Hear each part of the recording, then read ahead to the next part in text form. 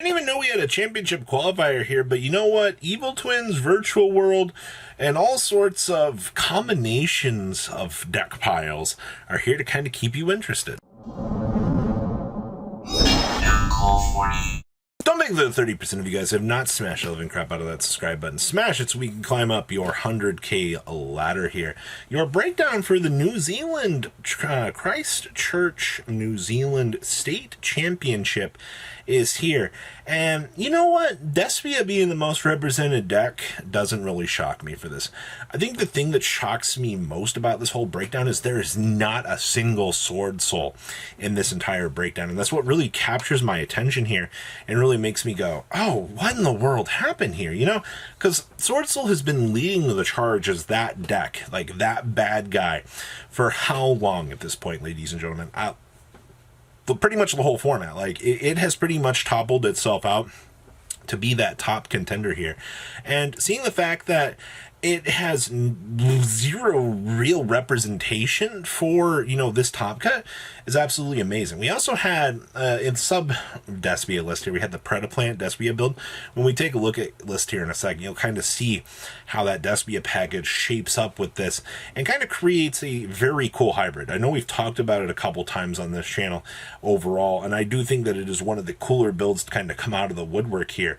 But overall, little things to really consider here. We also had one Drytron deck in top cut as well, kind of proving Ghost could still do its thing. We also had a Punk Brave Eldritch deck, which anybody else reminded of the days of Based and things, it's basically what it is. We also had an Eldritch Despia list, for those of you that are more common with that. We also had a Virtual World list in top cut as well. Okay.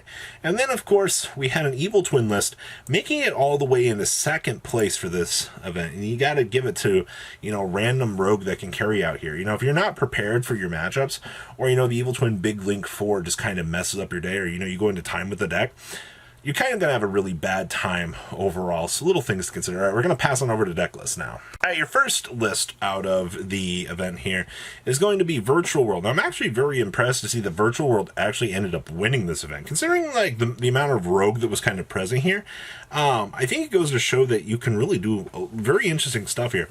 Still, we're still playing the Bamboozling. We are doing Kaliga shenanigans in here with the Muddy Mud. So you'll still be able to end on that very ferocious board that we've previously seen this deck get the chance to end on. I'm not going to say that Virtual World is any less of a threat at this point in time, because that's not the point. But overall, I still think that Virtual World makes some very scary boards. And be personally honest with you, if you're looking at this right now, we didn't even play 3 E-Telly. We got away with playing 2, which pretty much tells me that, you know, even though 3 E-Telly is available for this deck, it doesn't need it, which, you know what? That's actually a scary thought at the end of the day, ladies and gentlemen. So, overall, first place, not too bad. All right, next up here was yeah, just kidding. It was our friends at the Evil Twin department. Only 2 Parallel Exceed for this. Now, I understand not getting the chance to see a Parallel Exceed, or you want to cut down on what's available in your package for the deck. Either way, just 2 Parallel Exceeds for whatever link climbing shenanigans that you want to do.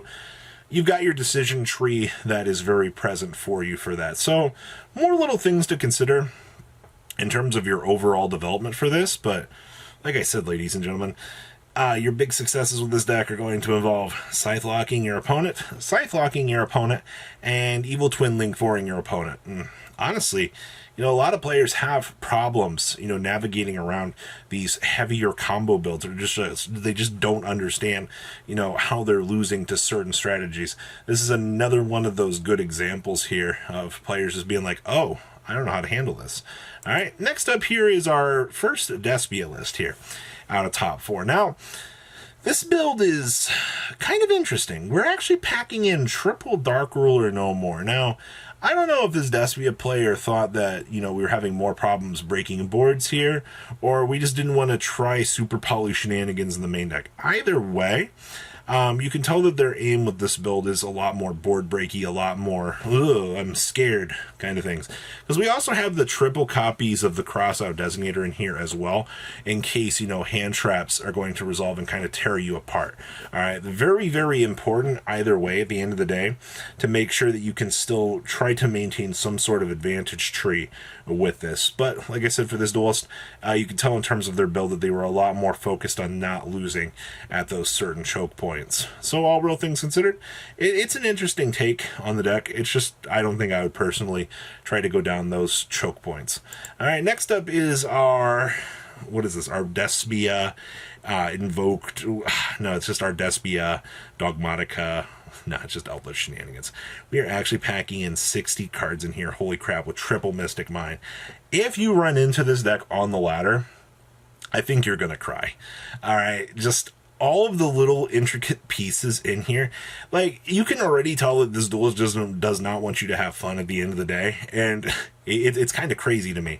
All right, like, you're pulling so many pieces of all these different engines together here that you're probably you're going to get gridlock grinded with this. So overall, I'll be honest with you, I think I would probably be scared to see this. I don't know. I don't have anything else really too crazy to say about this, but man, oh man, you can tell in terms of the deck building in here that if you get choke point outed on like your Ash and you lose whatever on like an extra not resolving, it's gonna be a bad time. Next up here is our Predaplant Despia list, making top 8 here. Now, we are doing the Stay Sailor play, which is actually kind of cool. Though we are not playing the Garden Rose Maiden to go with it. It's a cute little interaction where you can kind of drop the Garden Rose Maiden off the Stay Sailor and basically combo extend out for free. We are playing the big dragon, though, for this deck. Only one Guardian Chimera. That's kind of interesting. I don't know, we've tested multiples, and it seems like it works out, but alright, triple Predator practice. Double Chimera Flasia do is fine. I don't see the Fairy Tale Snow, I guess, is a little bit cute in terms of developments. And then you got the triple Mystic Mine down there. Remember, if your deck ends up failing, you have a screw it button. You can smash it at any point in time just to kind of get a generalized recovery so you can stay in the game so you don't actually lose. It's kind of funny. All right, you got to love multiple option trees. Next up is our Punky Monkey. I love that. So basically this is Punk Synchro with the good stuff, with a Eldritch package built into it. Honestly, like I said, this is your incarnation of Based at this point in time. You remember all like the little Link Synchro shenanigans and things you could do back in the day. Well, this build gets to take advantage of what you formerly saw was the Rose Dragon package and have an entire Synchro backbone to it. And then the Eldritch package is designed to make sure that you can stay in the game. Then, of course, you have the little Magician Souls package, so you can basically get free chicken tendies in terms of draw power. Easy enough.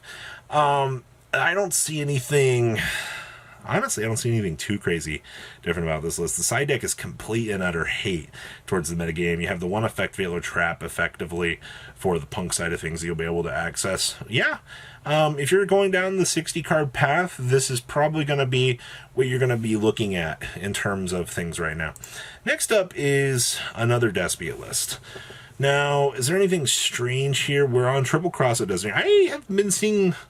Maybe they are going more towards Crossout Designator at this point. I know, like, last format Crossout was showing up a lot because if you got hand trapped, you were the biggest sad in the whole sad world, right? Like, you were not going to have a good time. And honestly, seeing, like, recovery and things from this format, I can understand why they're making some of the choices they are. Of course, this is one of the builds that I've seen Nightbeam actually show up. Nightbeam kind of took a little bit of a back seat for a little while in terms of these decks, but that's not a bad thing, all right? Like, Nightbeam still is very important for sniping those Brandon and Reds and these other off-stray matchups to make sure that you can still maintain and play the game. I also do like the Gold Stark in here, but we're only playing one McCurrier with no Allure of Darkness, so I feel like you kind of just lose that value that you kind of are trying to put forward here in terms of that. And then we also have our Drytron list here. Now, we are doing Magi key shenanigans in here with the one ritual, which we kind of started to see show up a little bit with the Magi key unlock, which is a cute little interaction point you get. Vanity's Ruler is more so your more staple thing at this point.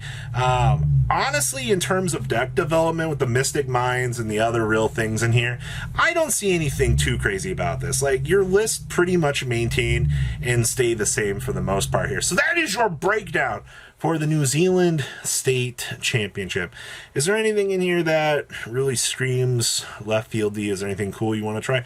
Please leave a comment down below. Tell me what you're saying. Make sure you guys smash the crap out of that subscribe button.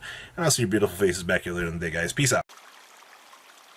Patrons, thank you.